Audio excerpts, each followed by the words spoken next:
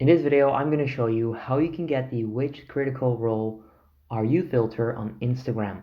So what you need to do, you need to open Instagram on your phone and you need to go to the profile that I'm on right now, critical_role. So go to this profile that I'm on right now, and then you want to click on the filter icon in the middle.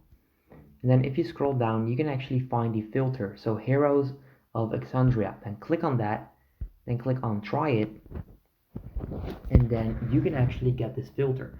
Then you need to press and hold to launch. So let me start recording right now, and then as you can see right there, this will actually start playing and it will then select a character. So that's exactly how you can get the filter. Now that's how you can actually use it, but if you actually want to save this to your camera, you can click right there, then click on OK, and then next up, once you actually go to your camera on stories, you will actually find the filter right there so that you don't have to go to the profile over and over again.